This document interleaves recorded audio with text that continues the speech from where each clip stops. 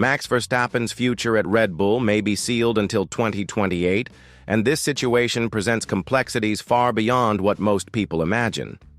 Although speculation about a possible move by the four-time world champion to Mercedes or Aston Martin dominates discussions, there is a colossal barrier that is rarely discussed openly. Red Bull has complete authority to simply veto any transfer. This is not a hypothetical scenario, but rather the legal reality that governs Formula One. The situation surrounding Verstappen at Red Bull has become a real conundrum. On the one hand, we have a competitor who has won 4 consecutive world championships and is clearly showing signs of discontent with the team's direction. On the other hand, there is a contractual framework that could keep him tied to the team for years, regardless of his wishes. To understand how we got to this point, we need to examine the mechanisms of the category's contractual system. The entire process revolves around the FIA's Contract Recognition Board, known as the CRB. This body has exclusive jurisdiction over contractual disputes in Formula One, and its authority is unquestionable. When a driver signs a contract, the team must send a copy in a sealed envelope to Geneva, accompanied by a form specifying the key aspects of the agreement. This registration officially establishes which team the driver belongs to. The fundamental issue is that no driver can appear in the register more than once. If 2 teams register contracts for the same driver in the same period, what we call conflicting contracts arise. In this situation, the first contract registered has automatic priority. And here lies the decisive point. Verstappen has a valid contract with Red Bull until the end of 2028. This means that even if Mercedes or Aston Martin were to make million-dollar offers to Verstappen, signing a new contract would automatically generate a notification to Red Bull. From that moment on, it would be solely up to the Milton Keynes team to authorize or deny the Dutchman's departure. Without this authorization, the new contract would simply be invalid. The Oscar Piastri episode in 2022 gave us a complete picture of how this procedure works. The dispute between Alpine and McLaren revealed all the details of the CRB system, demonstrating that contracts in Formula One are ironclad documents. When there is a conflict, a specific court is constituted, the sealed envelopes are opened, and a final decision is made. There is no room for negotiation outside this system. However, there is an even more enlightening precedent: the Jenson-Button case in 2005. The Briton was involved in a contract dispute between Williams and Barr, and the only way out was to pay $18 million at the time, equivalent to $32 million in today's values. Button was earning $3 million a year, so he paid the equivalent of 6 seasons' salary to break the contract. Now imagine that applied to Verstappen. The Dutchman has one of the highest salaries in the category, estimated at 10 times what Button was receiving at the time. If we apply the same logic, we are talking about a termination fee that could easily exceed 100 million euros, and even then it would only work if Red Bull agreed to negotiate. Here we come to the most intriguing aspect of this whole story. Why would Red Bull allow Verstappen to leave? The company posted $3.2 billion in revenue last year, a 16% increase. For a corporation of this size, even a $100 million termination fee does not represent a real financial need. Furthermore, releasing Verstappen would mean directly strengthening a competitor.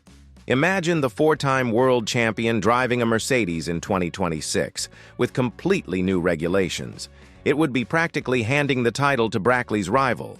From a strategic point of view, keeping Verstappen at Red Bull, even if he is unhappy, may be more advantageous than allowing him to shine elsewhere. The driver market also complicates the situation. If Verstappen left, who would Red Bull put in his place? George Russell would be pretty much the only realistic option on the market, but he has a contract with Mercedes. Yuki Tsunoda, his current teammate, has not yet shown the level required to be the #1 driver for a team with title ambitions. And there is another factor that few consider: institutional pride. Red Bull has built a dynasty with Verstappen. Allowing him to leave would be an admission that the team can no longer offer a competitive car. For an organization that has always positioned itself as innovative and a winner, this would be a huge symbolic defeat. Red Bull's current situation also needs to be analyzed. The team lost Adrian Newey, faced internal turmoil with the Christian Horner case, and saw its technical advantage diminish dramatically. Max Verstappen went from absolute dominance to someone who has to fight for every point. This change of scenery naturally piques the interest of other teams, but it also makes Red Bull even more reluctant to lose its biggest asset. Lewis Hamilton at Ferrari for 2025 has set an interesting precedent. The 7-time champion secured his transfer, but this was only possible because his contract with Mercedes had specific clauses allowing him to leave. Verstappen may not have the same conditions in his agreement with Red Bull, but the issue goes beyond purely contractual aspects. Verstappen is at a unique stage in his career where every season lost could mean fewer chances to increase his number of world titles. At 27, he still has a lot of time ahead of him, but Formula One is unpredictable. Being stuck in an uncompetitive car could cost him precious years of his career. The psychological pressure cannot be ignored either. Imagine the frustration of a driver accustomed to dominating races having to accept mediocre results simply because he has no choice. Verstappen has always been known for his winning mentality, and this situation could cause enormous internal strain. On Red Bull's side, the strategy of keeping Verstappen could be a double-edged sword. A dissatisfied driver rarely delivers his best performance, and this can affect not only the results on the track, but also the atmosphere within the team. Harmony has always been a strong point for Red Bull, and forcing someone who wants to leave to stay could break that dynamic. The thing is, Verstappen is in a unique position in Formula One history. He's a 4-time world champion who's still young and at the top of his game, but he's potentially stuck in a contract situation that could define the next few years of his professional life. Red Bull has all the cards on the table, and Max needs to decide if it's worth forcing a move that could cost a fortune and cause a lot of friction. What we see here is much more than a simple contract dispute.